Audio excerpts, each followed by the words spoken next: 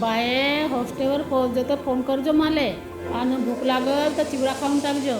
तुझ्या थैल्यातच ठेवला. हो बाय, तू कायले टेन्शन घेतस एवढा, मी करीन बरोबर.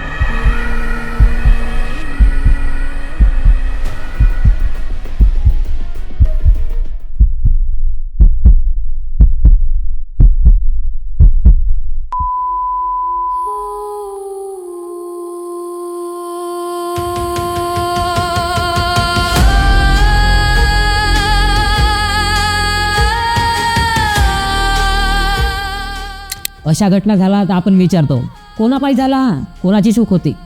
पण थांब बाई घडीभर, हे घटनेच्या नंतरचे प्रश्न आहेत.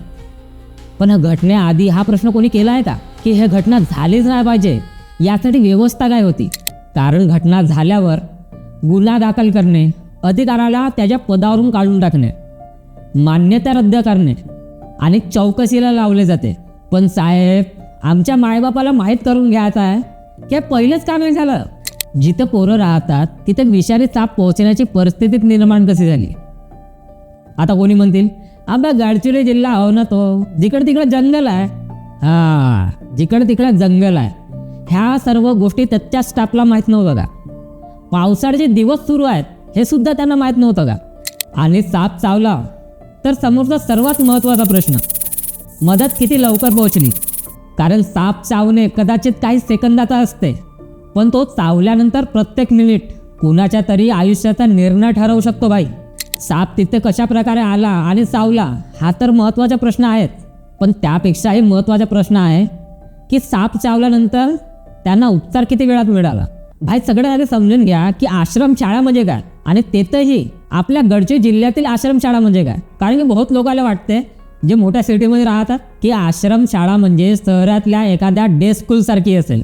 म्हणजे सकाळी 9 वाजता पोरगा शाळेत गेला आणि 5 वाजता बॅग घेऊन बिना टेन्शननं घरी आला, तसं काही. पण नाही भाई, इथं गेम थोडा अलग आहे. गडचिरोली जिल्हा म्हणजे पूर्ण महाराष्ट्रात जंगलाचा जिल्हा म्हणून ओळखला जातो. इथल्या आश्रमशाळेमध्ये खूप दूरचे आणि आदिवासी भागातील मुलं शिक्षण घेतात. ही पोरं त्याच वसतिगृहात घनदाट जंगलाच्या आजूबाजू पूर्ण वेळ राहतात.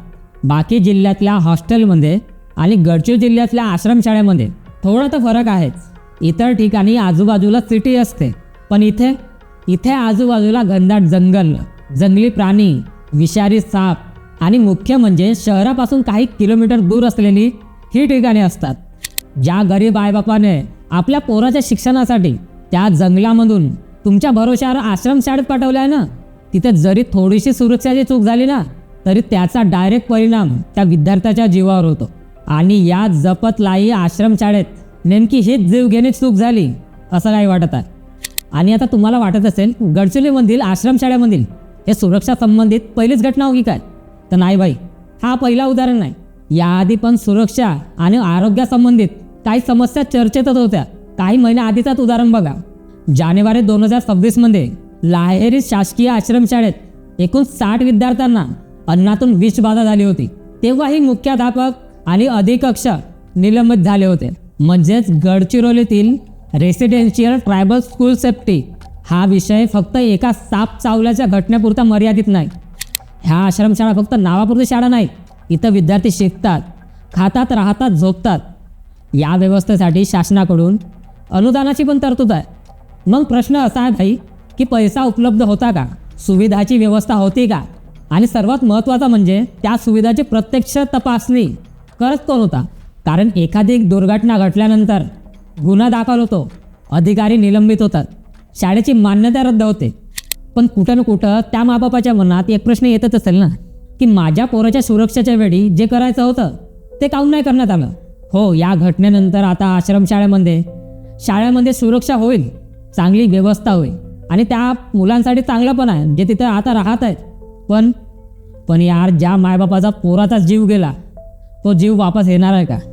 मला सांगा, गडचिरोली जिल्ह्यात फक्त कंपन्याहून विकास होणार आहे का? तुम्ही कधी गडचिरोली जिल्ह्याच्या डीप एरियामध्ये जा आणि तिथच्या शाळेची व्यवस्था बघा. तुम्हाला तेव्हा समजेल की गणित चुकत कुठं आहे. यावर तुमचं मत काय आहे? कमेंटमध्ये सांगा.